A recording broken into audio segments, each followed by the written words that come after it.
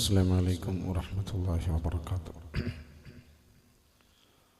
بسم الله والحمد لله والصلاة والسلام على أشرف رسول الله وعلى آله وصحبه أجمعين، أما بعد. أعوذ بالله من الشيطان الرجيم. بسم الله الرحمن الرحيم.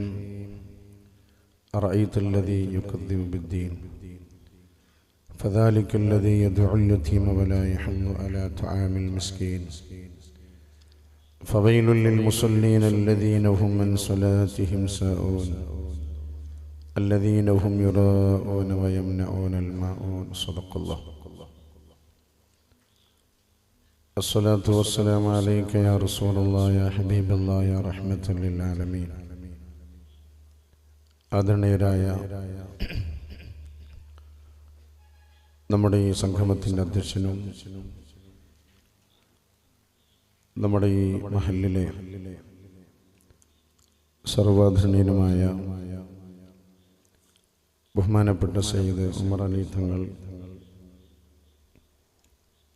ബഹുമാന്യരായ നമ്മുടെ മദർസയിലെ സദർ മുഅല്ലിം ബാഖവി ഉസ്താദ്, മറ്റു ഉസ്താദുമാർ, റഷീദ് മുസ്ലിയാർ, നമ്മുടെ വാർഡ് മെമ്പർ ഉൾപ്പെടെയുള്ള അഭിനന്ദരായ നമ്മുടെ നാട്ടിലെ കാരണവന്മാർ, സ്വാഗത പ്രഭാഷണം നിർവഹിച്ച ബഹുമാനപ്പെട്ട ഹബീബ് ഉൾപ്പെടെയുള്ള സംഘടനയുടെ ഭാരവാഹികൾ, നല്ലവരായ സഹോദരന്മാരെ, സഹോദരികളെ, വിദ്യാർത്ഥി യുവജന സുഹൃത്തുക്കളെ,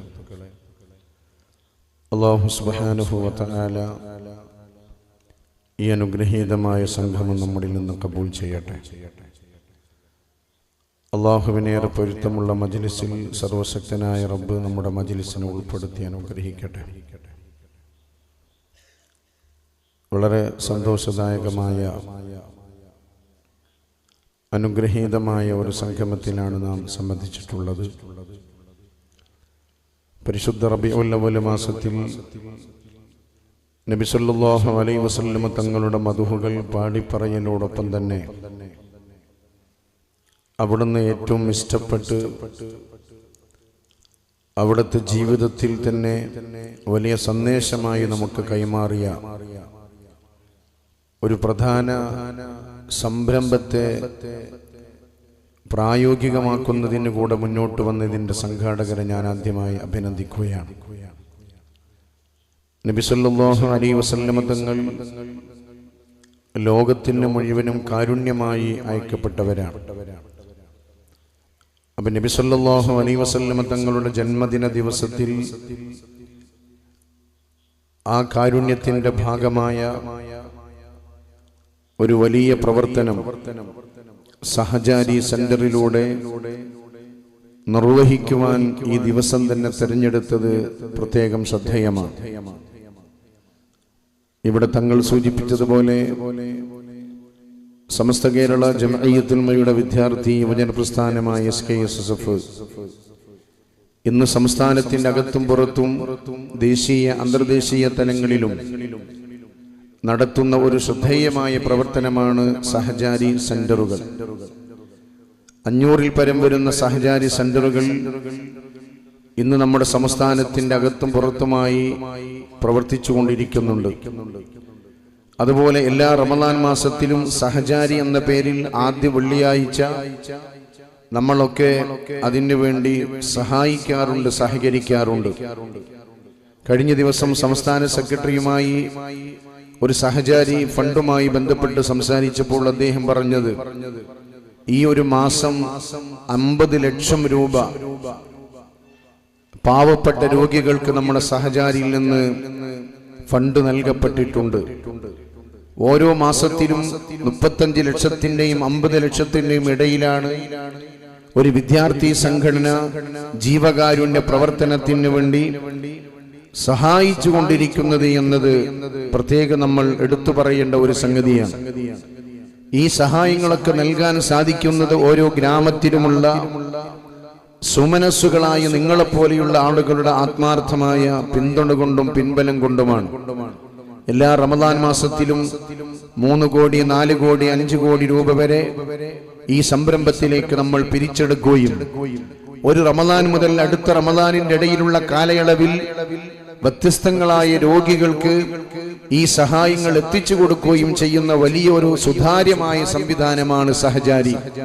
നിങ്ങൾക്കറിയാം, നമ്മുടെ പത്രങ്ങളിലൊന്നും സഹചാരിയുടെ ഫണ്ട് കൈമാറ്റത്തിന്റെ ഒരു ഫോട്ടോ പോലും നിങ്ങൾ കാണാറില്ല. ഒരുപക്ഷെ നമ്മൾ കൊടുക്കുകയാണെങ്കിൽ ദിനംപ്രതി ഒരു ദിവസം ഒരു ഫോട്ടോ എന്ന രീതിയിലെങ്കിലും സഹചാരിയുടെ ഫണ്ട് കൈമാറ്റത്തിന്റെ ഫോട്ടോ വരേണ്ടതാണ്. പക്ഷെ നമ്മൾ ആ ഫണ്ട് രോഗിയുടെ അക്കൗണ്ടിലേക്കോ അല്ലെങ്കിൽ രോഗിയുമായി ബന്ധപ്പെട്ടവരുടെ അക്കൗണ്ടിലേക്കോ വളരെ രഹസ്യവും സുതാര്യവുമായിട്ടാണ് ആ ഫണ്ട് എത്തിച്ചു കൊടുക്കുന്നത്. ഒരു രോഗിയെ പോലും അതിന്റെ പേരിൽ വേദനിപ്പിക്കാൻ പാടില്ല. ഒരുപക്ഷെ നേരത്തെ സാമ്പത്തികമായി വലിയ കഴിവുള്ള ആളാകും, അയാൾ നാട്ടിൽ അറിയപ്പെട്ട ഒരു പ്രവാസിയാകും, ഗൾഫുകാരൻ എന്ന ഒരു ഓമന പേരിൽ അറിയപ്പെടുന്ന ആളാകും. അയാളുടെ അഭിമാനത്തിന് ക്ഷതം വരുത്തുന്ന രൂപത്തിൽ ഈ ഫണ്ട് കൈമാറാൻ പാടില്ല എന്നൊരു നിർബന്ധം നമ്മുടെ ഈ പ്രസ്ഥാനം സ്വീകരിക്കുന്നത് കൊണ്ടാണ് പലരും ചോദിക്കാറുണ്ട്, എല്ലാ റമദാനിലും പൈസ പിരിച്ചു കൊണ്ടുപോകാറുണ്ടല്ലോ, ഈ പൈസ എങ്ങോട്ടാ പോകുന്നത്?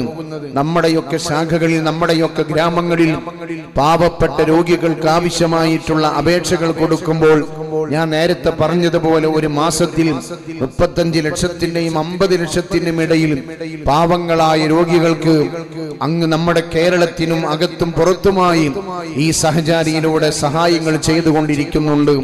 ഇതിന്റെ ഒരു പ്രധാന കാരണം ഇത് നബി സല്ലല്ലാഹു അലൈഹി വസല്ലമ തങ്ങളുടെ ഒരു വിശ്വാസിയുടെ പ്രധാനമായ കടമയായി അല്ലാഹുവിന്റെ റസൂൽ നമ്മളെ ബോധ്യപ്പെടുത്തിയതാണ്. പരിശുദ്ധ മദീനത്തെ പള്ളിയിൽ റമദാൻ മാസത്തിൽ വിശുദ്ധ ഖുർആൻ ഓതി ഇത്തികാഫിനിരിക്കുന്ന ഒരു സ്വഹാബി വര്യൻ ഒരാളുടെ പ്രയാസങ്ങൾ നീക്കാൻ വേണ്ടി ഇറങ്ങിത്തിരിച്ചപ്പോൾ അയാളോട് ചോദിച്ചു, നിങ്ങൾ അല്ലാഹുവിന്റെ പള്ളിയിലാണ്, റമദാൻ മാസത്തിലാണ്, പരിശുദ്ധ ഖുർആനാണ് പാരായണം ചെയ്യുന്നത്, അത് ഉപേക്ഷിച്ചുകൊണ്ടാണോ നിങ്ങൾ വരുന്നത്? ആ സ്വഹാബി പറഞ്ഞ മറുപടി, എന്റെ മുത്ത് നബി സല്ലല്ലാഹു അലൈഹി വസല്ലമ തങ്ങൾ എന്നെ പഠിപ്പിച്ചത് ഒരു മനുഷ്യന്റെ പ്രയാസങ്ങൾ അകറ്റാൻ വേണ്ടി നിങ്ങൾ അതിനു വേണ്ടി പ്രവർത്തിക്കുന്നത് എന്റെ ഈ വിശുദ്ധമായ പള്ളിയിൽ ഇത്തികാഫ് ഇരിക്കുന്നതിനേക്കാളും പ്രധാനപ്പെട്ടതാണെന്ന് അഷ്റഫുൽ ഖൽഖ് മുഹമ്മദ് മുസ്തഫ സല്ലല്ലാഹു അലൈഹി വസല്ലമ തങ്ങൾ പറയുകയാണ്. അതുകൊണ്ട് വിശ്വാസികളായ നമ്മൾ പ്രവാചകൻ സല്ലല്ലാഹു അലൈഹി വസല്ലമ തങ്ങൾ ഇഷ്ടപ്പെടുക എന്ന് പറഞ്ഞാൽ ഇങ്ങനെയൊക്കെയുള്ള പ്രവർത്തനങ്ങൾ കൂടെ നമ്മൾ നിർവഹിക്കപ്പെടേണ്ടതുണ്ട്.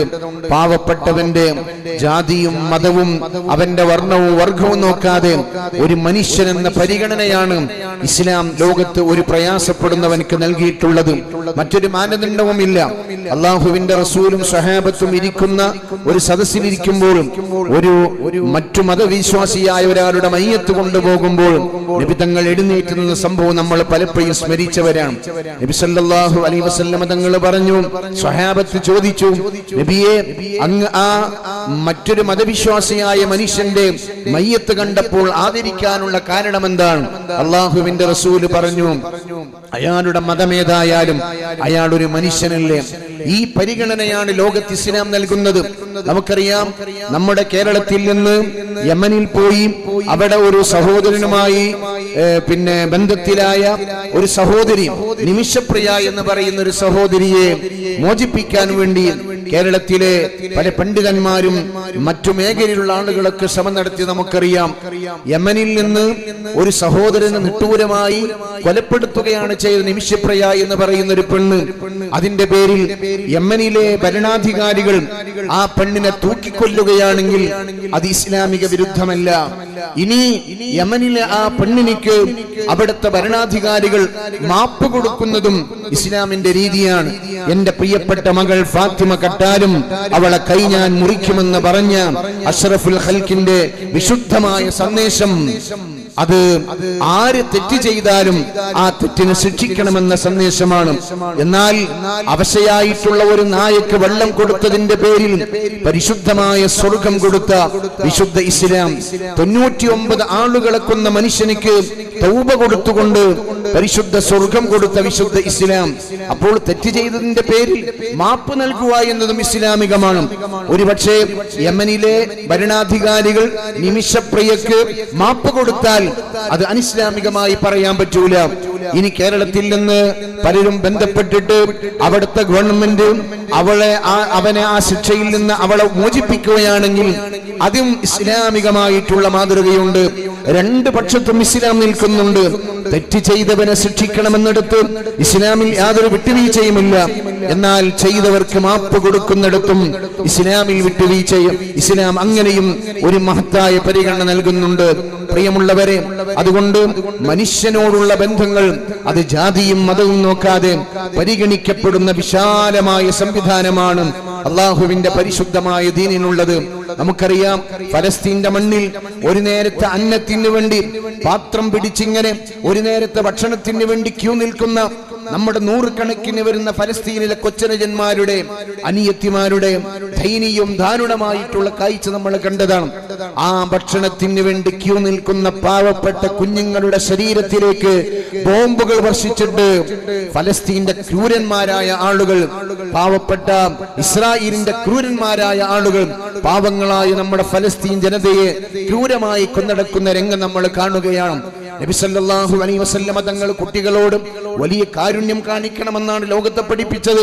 1500-ാം ജന്മദിനം ആഘോഷിക്കുന്ന ഈ വേളയിൽ ഫലസ്തീന്റെ മണ്ണിൽ പാവങ്ങളായ പിഞ്ചു പൈതങ്ങളെ ക്രൂരമായി കൊന്നടക്കുന്ന ഇസ്രായേലി കാട്ടാളത്തിന്റെ മുമ്പിൽ 1500 വർഷം മുമ്പ് റഹ്മത്തുൽ ആലമീനായ മുഹമ്മദ് മുസ്തഫ സല്ലല്ലാഹു അലൈഹി വസല്ലമ തങ്ങൾ പറയുന്നു, നിങ്ങൾ കുഞ്ഞുങ്ങളോട് കരുണ കാണിക്കണം, അവരോട് നിങ്ങൾ കാരുണ്യം കാണിക്കണം. സ്വഹാബത്തുൽ കിറാമിനോട് ചോദിക്കുകയാണ്, ഇന്ന് നിങ്ങളുടെ മക്കളെ ഉമ്മ വെച്ചവർ, ചുംബിച്ചവർ എത്ര പേര് സദസ്സിലുണ്ട്? സ്വഹാബത്ത് അത്ഭുതത്തോടുകൂടെ മുത്തുനബിയോട് ചോദിച്ചു, യാ റസൂലുള്ളാഹ്, ആരും ചുംബിച്ചതായിട്ടൊരു മറുപടി പറഞ്ഞില്ല. എല്ലാവരും ഇങ്ങനെ തലതായിത്തിരിക്കുകയാണ്. നബി സല്ലല്ലാഹു അലൈഹി വസല്ലമ തങ്ങൾ സ്വഹാബത്തിനോട് പറഞ്ഞു, നിങ്ങളുടെ കുഞ്ഞുങ്ങൾക്ക് ചുംബനം കൊടുക്കാത്തവർ, അവരോട് കാരുണ്യം കാണിക്കാത്തവന്റെ മനസ്സ് കാഠിന്യമുള്ള മനസ്സാണെന്ന് അഷ്റഫുൽ ഖൽഖ് റസൂലുള്ളാഹി സ്വല്ലല്ലാഹു അലൈഹി വസല്ലമ തങ്ങൾ പറയുകയാണ്. ഞാൻ പറയുന്നത്, ചെറിയ കുട്ടികൾ മുതൽ മുതിർന്നവരെ വരെയുള്ളവർ അവരുടെ മതവും ജാതിയും നോക്കാതെ അവരെ പരിഗണിക്കണമെന്ന വലിയ സന്ദേശമാണ് ഇസ്ലാം ലോകത്തിന് കൈമാറിയിട്ടുള്ളത്. നമ്മുടെ മണ്ണാരക്കൽ കേന്ദ്രീകരിച്ച് ഇന്ന് നമ്മൾ സമാരംഭം കുറിച്ച ഈ സഹചാരി സെന്റർ ഈ പ്രദേശത്ത് ഒരുപാട് രോഗികളുടെ അത്താണിയായി മാറണം, അവർക്ക് സാന്ത്വനമായി മാറണം, അവരുടെ മനസ്സിന് വലിയ സമാധാനം നൽകുന്ന കേന്ദ്രമായി മാറണം. ഇന്ന് ഒരു രോഗിയുടെ മുമ്പിൽ വന്ന് സമാധാനത്തിന്റെ വാക്കുപോലും പറയാൻ പിശുക്ക് കാണിക്കുന്ന വർത്തമാനകാല ലോകത്താണ് നമ്മൾ ജീവിക്കുന്നത്. ഒരു മനുഷ്യൻ റോട്ടിൽ അപകട അവസ്ഥയെ തരണം ചെയ്തുകൊണ്ടിരിക്കുമ്പോൾ തന്റെ കൈവശമുള്ള മൊബൈൽ ഫോണിലേക്ക് ഈ സുഹൃത്തിന്റെ വീഡിയോ പകർത്തി അത് വാട്സപ്പിലും ഫേസ്ബുക്കിലുമൊക്കെ പ്രചരിപ്പിക്കുന്നതിനപ്പുറം ഒരു കാരുണ്യം ചെയ്യാൻ മനുഷ്യൻ മടി കാണിക്കുന്ന പുതിയ ലോകത്ത് നമ്മുടെ മണ്ണാർക്കലിലെ പ്രിയപ്പെട്ട നമ്മുടെ പ്രവർത്തകന്മാർ ഇവിടെ ഒരു സഹചാരി സെന്ററിന് തുടക്കം കുറിച്ചിരിക്കുകയാണ്.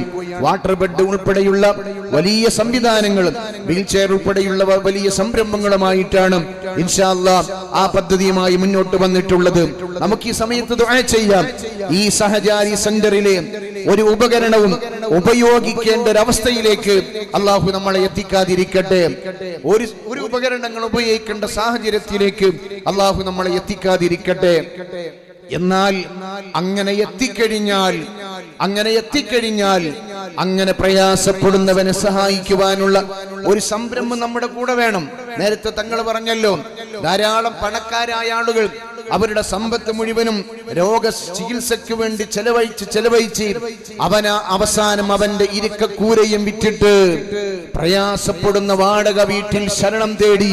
പ്രിയമുള്ളവരെ, ഒരു നേരത്തെ മരുന്ന് കഴിക്കാൻ പ്രയാസപ്പെടുന്ന ആയിരക്കണക്കിന് വരുന്ന മനുഷ്യർ നമ്മുടെ കൂട്ടത്തിലുണ്ട്.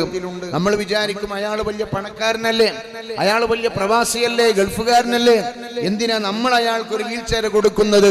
ഒരു പക്ഷേ മനുഷ്യന്റെ അഭിമാനം അയാൾ പ്രയാസപ്പെടുന്നു എന്ന് പറയാൻ നമ്മളെ തടസ്സപ്പെടുത്തുന്നുണ്ടാകും. ഞാൻ സാന്ദർഭികമായ ഒരു കാര്യം നിങ്ങളുടെ ശ്രദ്ധയിൽപ്പെടുത്തണം. നമ്മുടെ നാട്ടിലൊക്കെ നമ്മളിങ്ങനെ ലിസ്റ്റ് ചെയ്ത കുറെ പാവങ്ങളുണ്ട്. എല്ലാ സഹായങ്ങളും അവർക്ക് കൊടുക്കും, കൊടുക്കണ്ടെന്ന് ഞാൻ പറയുന്നില്ല. ഒരുപക്ഷെ നമ്മളൊക്കെ അവർക്ക് സഹായം കൊടുത്ത് അവര് പിന്നെ സകാത്ത് കൊടുക്കാൻ അർഹതപ്പെട്ട ആളുകളായിട്ട് വളരും. എന്നാൽ തന്റെ അഭിമാനത്തിന് ക്ഷതമേൽക്കുമോ എന്ന് ഭയന്നിട്ട് മറ്റുള്ളവനോട് തന്റെ പ്രയാസങ്ങൾ പറയാൻ കഴിയാതെ എല്ലാം മനസ്സിന്റെ ഉള്ളിൽ ഇങ്ങനെ നിറച്ചു നടക്കുന്ന കുറെ മനുഷ്യന്മാരുണ്ടാകും. അവരുടെ പേര് ഗൾഫുകാരനാണ്, അവന്റെ ഓമന പേര് ഗൾഫുകാരനാ, അല്ലെങ്കിൽ തറവാട്ടുകാരനാണ്, അല്ലെങ്കിൽ പഴയ കാലത്ത് കുറെ ഭൂമിയുള്ള ആളാണ്. പഴയ കാലത്ത് അഡ്രസ് നമ്മൾ തപ്പണ്ട, ഇന്ന് അയാളുടെ അവസ്ഥ എന്താണെന്ന് പരിഗണിച്ച് അങ്ങനെ പ്രയാസപ്പെടുന്നവനെ സഹായിക്കുവാൻ, അവരെ കണ്ടെത്തുവാൻ കൂടെ നമ്മൾ പ്രത്യേകം ശ്രദ്ധിക്കേണ്ടതുണ്ട് എന്ന് സാന്ദർഭികമായി നിങ്ങളുടെ ശ്രദ്ധയിൽപ്പെടുത്തുകയാണ്. അപ്പൊ നമ്മൾ വിചാരിക്കും അവൻ പണക്കാരനല്ലേ, പക്ഷേ ഞാൻ പറഞ്ഞല്ലോ അങ്ങനെയുള്ള കുറെ ആളുകൾക്ക് നമ്മളോട് തുറന്നു പറയാൻ മടിയുണ്ടാകും. അങ്ങനെയുള്ള ആളുകളൊക്കെ നമ്മൾ രഹസ്യമായി സമീപിക്കണം. എന്തെങ്കിലും അവസ്ഥ എന്താണ്, എന്തെങ്കിലും പൈസന്റെ ബുദ്ധിമുട്ടുണ്ടോ എന്നൊരു വാക്ക് ചോദിക്കണം. ആ മനുഷ്യൻ മറുപടി പറയാതെ കണ്ണിൽ വെള്ളം നിറക്കുന്നുണ്ടെങ്കിൽ ആ വെള്ളത്തിലുണ്ട് എല്ലാ മറുപടിയുമെന്ന് നമ്മൾ തിരിച്ചറിയുകയും അങ്ങനെ പ്രയാസപ്പെടുന്നവനെ കണ്ടെത്തി അവർക്ക് വേണ്ട സകലമാന സഹചാരികളാകാൻ നമുക്ക് സാധിക്കണം. ഈ സംവിധാനം ധാരാളം നമുക്ക് രോഗികൾക്ക് ആവശ്യമായിട്ടുള്ള വിവിധങ്ങളായ വസ്തുക്കൾ ഇവിടുന്ന് ലഭ്യമാകുന്ന രൂപത്തിൽ ഈ സഹചാരി സെന്ററിനെ വിപുലപ്പെടുത്തുവാനും ധാരാളം ആളുകൾക്ക് ഉപകാരമുള്ള പ്രവർത്തനങ്ങളാകുവാനും അങ്ങനെ ഇതിന്റെ പേരിൽ സ്വർഗം വാങ്ങിക്കുവാനും നമുക്ക് കഴിയണം. ഈ ഒരു സെന്ററിന്റെ പേരിൽ സ്വർഗം വാങ്ങിക്കാൻ കഴിയും. എങ്ങനെയാണ്? ഇതിലേക്ക് നമ്മൾ വീൽ ചെയർ കൊടുത്ത്, വാട്ടർ ബെഡ് കൊടുത്ത്, മറ്റുള്ള സാമഗ്രികളെ കൊടുത്ത്, അത് ഒരുപാട് പാവപ്പെട്ട രോഗികൾ ഉപയോഗിച്ച് കട്ടുമനിങ്ങനെ കിടക്കും. പടച്ചോനെ, എനിക്ക് ഇങ്ങനെ ഒരു കട്ടില് തന്ന ഇതിന് വേണ്ടി സഹായിച്ച ആളുകളെ സഹായിക്കണേ എന്ന് വേദന അനുഭവിക്കുന്ന സമയത്ത് ഒരു രോഗിയുടെ ഉള്ളിൽ നിന്നൊരു പ്രാർത്ഥന വരുമ്പോൾ ആ പ്രാർത്ഥനയാകും നമ്മളെ രക്ഷപ്പെടുത്തുക.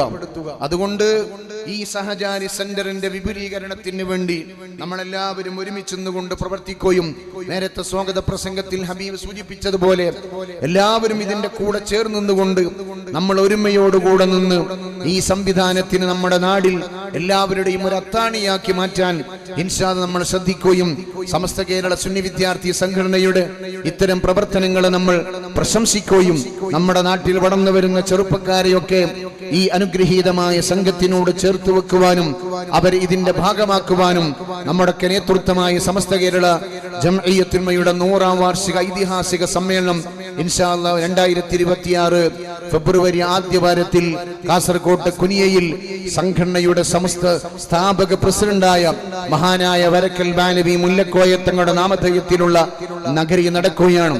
ആ മഹത്തായ സമ്മേളനം ഒരു ചരിത്ര സംഭവമാക്കി മാറ്റാൻ പ്രിയമുള്ളവരെ നമുക്ക് സാധിക്കണം.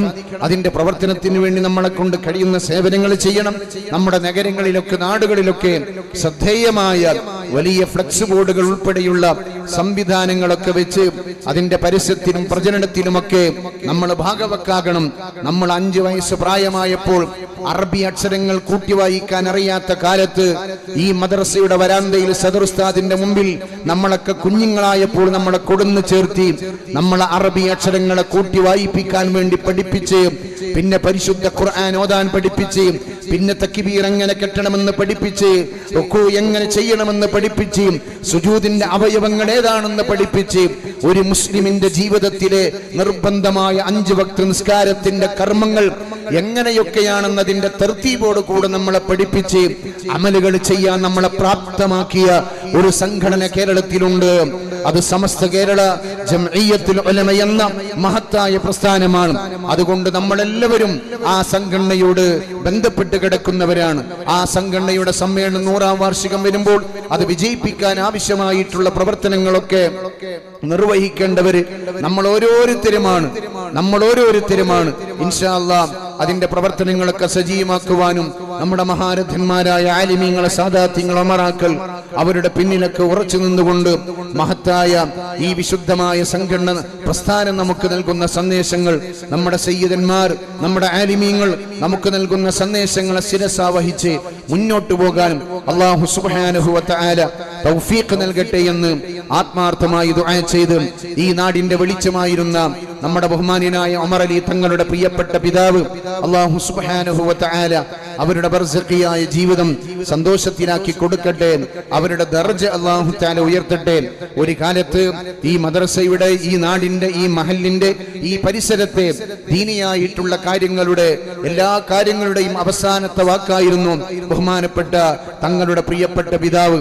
അല്ലാഹു തആല അവരുടെ ജീവിതകാലത്ത് ചെയ്ത സകല സദുദ്യമങ്ങളെയും അല്ലാഹു കബൂൽ ചെയ്യട്ടെ.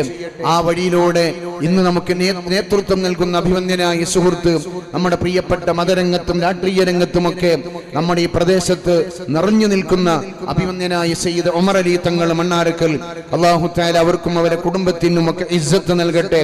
അവരൊക്കെ സ്നേഹിക്കുന്ന നിങ്ങൾക്കൊക്കെ എല്ലാ ഖൈറുകളും അല്ലാഹു നൽകി അനുഗ്രഹിക്കട്ടെ എന്ന് ആത്മാർത്ഥമായി ദുആ ചെയ്ത് ഇന്നും നാളെയും ഇവിടെ നടക്കുന്ന നബിദിനാഘോഷ പരിപാടി സഹകരിച്ച, സഹായിച്ച, പ്രവർത്തിച്ച എല്ലാവർക്കും അല്ലാഹു തആല അർഹമായതൊക്കെ നൽകട്ടെ എന്ന് ദുആ ചെയ്തുകൊണ്ട് ബിസ്മില്ലാഹിർ റഹ്മാനിർ റഹീം എന്ന തിരുവാക്യത്തിൽ ഈ സംഗമത്തിന്റെ ഉദ്ഘാടന കർമ്മം നിർവഹിച്ചത് അറിയിക്കുന്നു. നിങ്ങളൊക്കെ ദുആ ചെയ്യണം. അസ്സലാമു അലൈക്കും വറഹ്മത്തുള്ളാഹി വബറകാതുഹു.